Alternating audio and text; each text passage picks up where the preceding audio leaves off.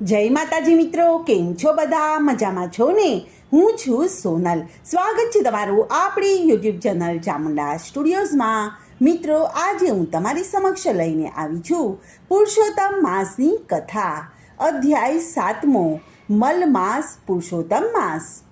સોનકાદી મુનિઓ બોલ્યા કે હે સૂત પુરાણી, તે પછી ગૌલોકવાસી શ્રી કૃષ્ણ ભગવાને શું કહ્યું ને શું કર્યું તે આપ મને કહો. ત્યારે સૂત પુરાણી બોલ્યા કે હે મુનિ શ્રેષ્ઠો, તમે મને જે પ્રશ્ન કર્યો છે તે જ પ્રશ્ન નારદ મુનિએ શ્રી નારાયણને કર્યો હતો. શ્રી નારાયણ ભગવાને નારદજીને જે કહ્યું હતું તે હું તમને કહું છું, તે તમે ધ્યાનથી સાંભળો. શ્રી કૃષ્ણ ભગવાને શ્રી વિષ્ણુજીને કહ્યું કે તમે મલમાસને લઈને અહીંયા આવ્યા છો તે ઠીક જ કર્યું છે.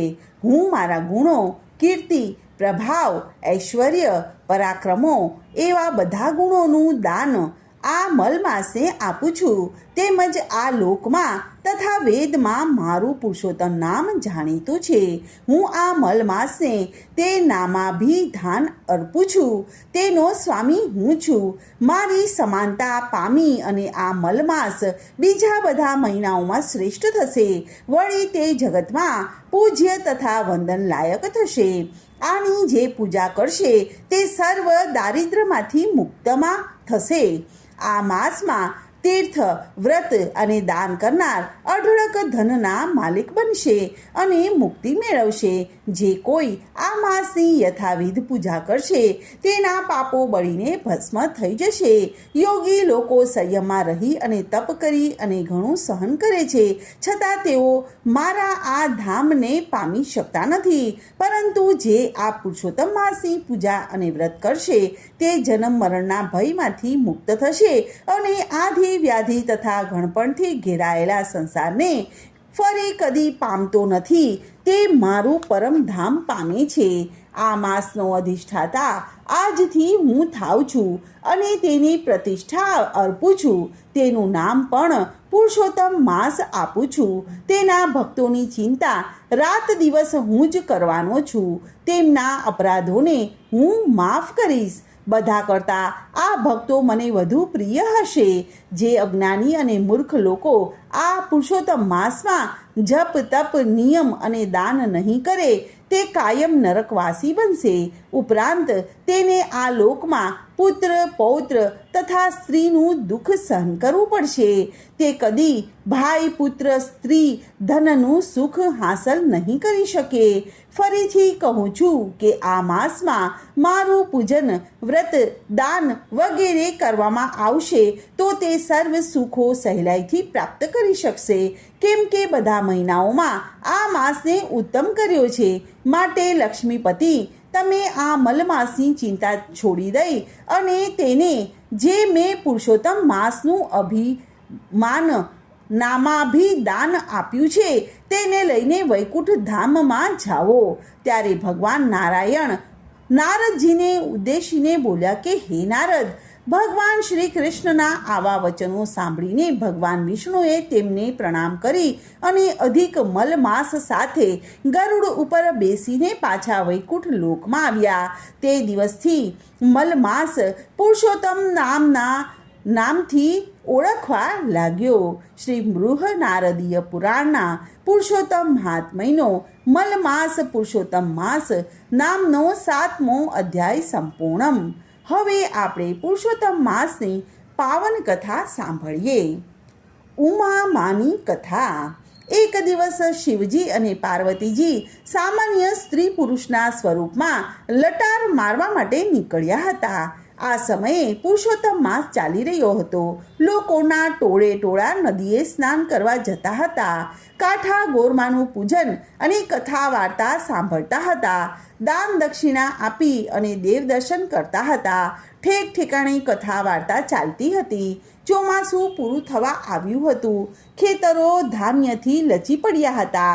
શિવજી અને પાર્વતી આવા એક ખેતરમાંની કેડી ઉપર ચાલવા લાગ્યા. એ બાજરીનું ખેતર હતું. કેડી ઉપર બાજરિયા પડ્યા હતા.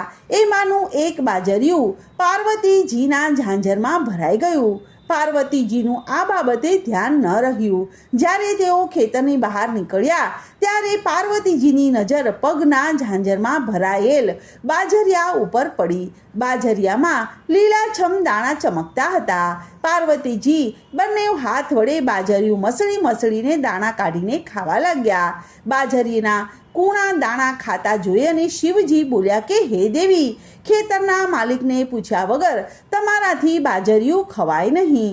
આ ચોરી ગણાય. તમે પાપમાં પડ્યા છો. હવે આ દોષમાંથી મુક્ત થવા માટે બાજરાના દાણા ખાધા હોય એટલા દિવસ તમારે આ ખેતરના માલિકને ત્યાં રહીને કામ કરવું પડશે. ખાધેલા દાણા 365 થતા હતા. પાર્વતીજીએ આ વાતનો સ્વીકાર કર્યો અને શિવજી પાર્વતીજીને ત્યાં જ મૂકીને ચાલ્યા ગયા. પાર્વતીજીએ બ્રાહ્મણીનું સ્વરૂપ ધારણ કર્યું અને ખેડૂતની ઝૂંપડીએ આવ્યા. પુરુષોત્તમ માસ ચાલતો હોવાથી ખેડૂત અને તેની પત્ની નદીએ નાહવા અને દેવ દર્શન કરવા ગયા હતા. ખેડૂત સામાન્ય સ્થિતિનો હતો. પતિ પત્ની ઘણા ધર્મિષ્ઠ હતા અને તેને એક 10 વર્ષની દીકરી હતી.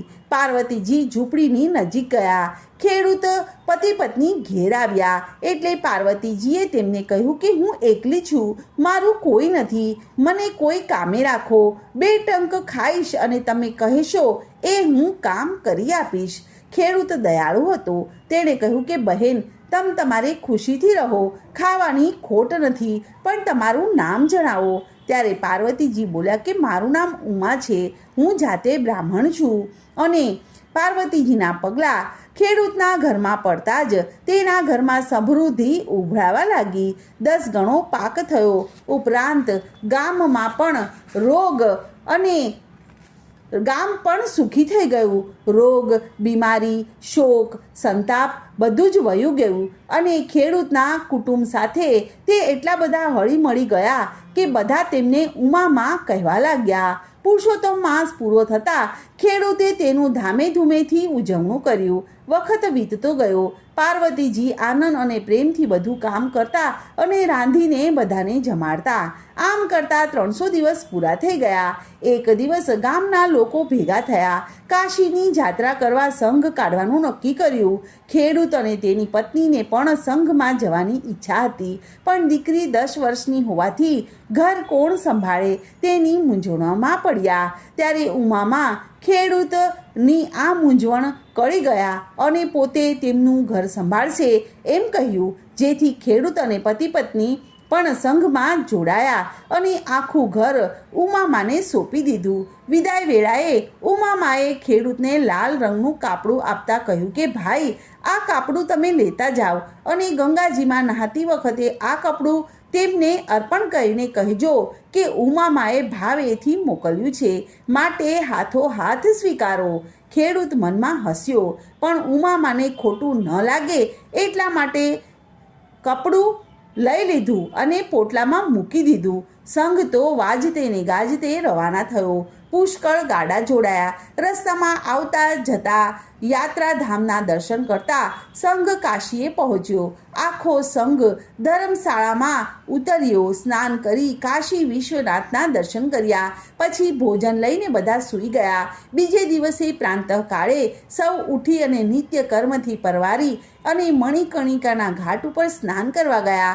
ગંગા સ્નાનનો એટલો બધો હરખ હતો કે ઉમામાનું કાપડું પોટલામાંથી લેવાનું જ રહી ગયું. પોટલું ધર્મશાળામાં પડ્યું રહ્યું. સ્નાન, ધ્યાન, દેવ દર્શન અને દાન દક્ષિણામાં 5 દિવસ વીતી ગયા અને સંઘ પાછો ફર્યો.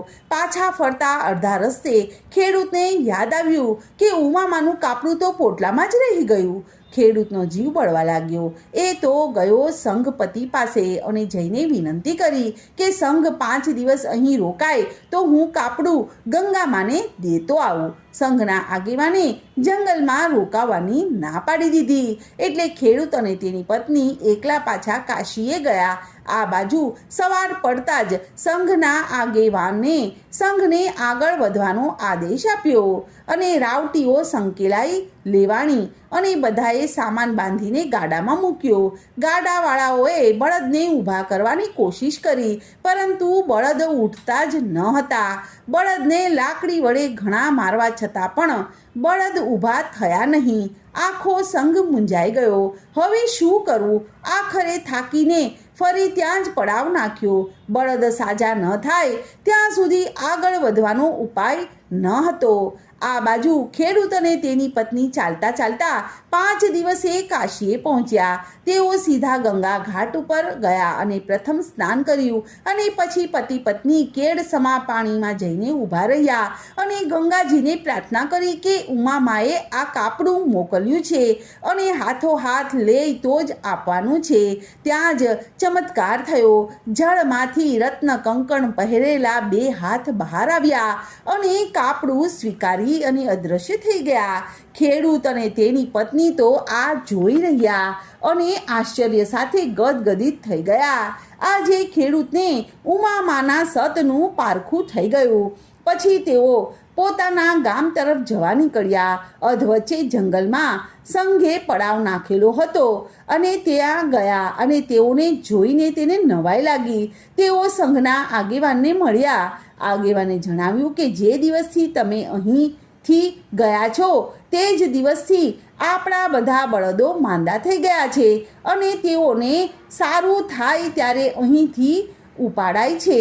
ત્યારે ખેડૂત અને તેની પત્ની બળદો પાસે ગયા અને તેઓ બળદ પાસે જઈને હાથ ફેરવવા લાગ્યા અને થોડીક જ વારમાં બધા બળદો સાજા થઈ ગયા. આખો સંઘ ખેડૂત અને તેની પત્નીની ભક્તિના વખાણ કરવા લાગ્યા. થોડીક જ વારમાં સંઘે પડાવ ઉઠાવ્યો અને રસ્તામાં ખેડૂતે ઉમામાનું કાપડું ગંગા મૈયાએ હાથોહાથ લઈ લીધું તે જણાવ્યું. ઉમામાનું આવું સત જાણી અને લોકો તરતરની વાતો કરવા લાગ્યા અને આમ કરતા સંઘ ગામના પાદરે આવ્યો. સંઘના સામૈયા થયા, ઢોલ વાગ્યા, મંગળ ગીતો ગવાયા. બધા ધૂન અને હરિકીર્તન કરવા લાગ્યા અને કરતાં કરતાં ગામમાં પ્રવેશ્યા. 308 દિવસો પૂરા થઈ ગયા હતા. હવે ફક્ત 5 જ દિવસ બાકી હતા. ગામના લોકોએ ગંગા મૈયાએ ઉમામાનું કાપડું જાતે આવીને સ્વીકાર્યાની વાત જાણી. ત્યારથી તેમના દર્શન કરવા ગામ લોકો ખેડૂતને ત્યાં આવવા લાગ્યા. આમ 3-4 દિવસ નીકળી ગયા. છેલ્લો દિવસ બાકી હતો. છેલ્લા દિવસે ઉમામા બોલ્યા કે બહેન, આજે હું ભાઈનું ભાત ખેતરમાં દેવા જાઉં છું. કોઈ દિવસ નથી ગઈ ને, આજે તો ખેતરે જાઉં છે. ઉમામા ભાત લઈને ખેતરે ગયા. જ્યાં શિવજી તેમને છોડીને ગયા હતા તે જ સ્થાને આવીને તેઓ અદૃશ્ય થઈ ગયા. ઉમામા ભાત લઈને ગયા તે ગયા અને ખેડૂત ભાતની રાહ જોતો રહ્યો અને સાંજે ઘેર આવીને પત્નીને પૂછ્યું કે આજે ભાત કેમ ન મોકલાવ્યું. ત્યારે પત્નીએ જણાવ્યું કે ભાત લઈને ઉમામા સવારના 10 વાગ્યાના નીકળ્યા છે, તે તમને મળવા નથી આવ્યા. આ વાત જાણી અને ખેડૂતની પત્નીને ચિંતા થઈ. તેઓ બંને તરત જ ઉમામાની શોધ કરવા નીકળી પડ્યા. આખું ગામ ફરી વળ્યા પણ ઉમામાનો કોઈ પતો લાગ્યો નહીં. છેવટે ઘેર આવી અને ખેડૂતે પત્નીને જણાવ્યું કે હવે ઉમામા આપણને આવીને મળી અને થાળી પીરસે તો જ આપણે જમીશું, નહીં તો હું ભૂખ્યો રહી જઈશ. આમ કરતાં 4 દિવસ વીતી ગયા અને પતિ સાથે પત્ની પણ જમવાનું ત્યજી દીધું. 5મા દિવસે પાર્વતીજી પ્રગટ થયા. 4 દિવસના ભૂખ્યા પતિ પત્ની તેમના પગમાં પડ્યા. તરત જ પાર્વતીજીએ પોતાનું અસલી સ્વરૂપ ધારણ કર્યું અને પતિ પત્નીને આશીર્વાદ આપ્યા. આશીર્વાદ પામીને પાર્વતીજી જવા લાગ્યા. ત્યારે ખેડૂતની પુત્રીની વિનંતીથી તેને ભાઈ મળશે તેવા આશીર્વાદ આપ્યા. આશીર્વાદના બળે ખેડૂત પત્નીએ 9મે માસે પુત્રને જન્મ આપ્યો. પવિત્ર પગલાં જો પડે, પાવન થાય ઘર બાર, સફળ થાય અવતાર, સુખ સંપત્તિ સર્વ મળે. બોલો પુરુષોત્તમ ભગવાનની જય. બોલો કૃષ્ણ કનૈયા લાલ કી જય.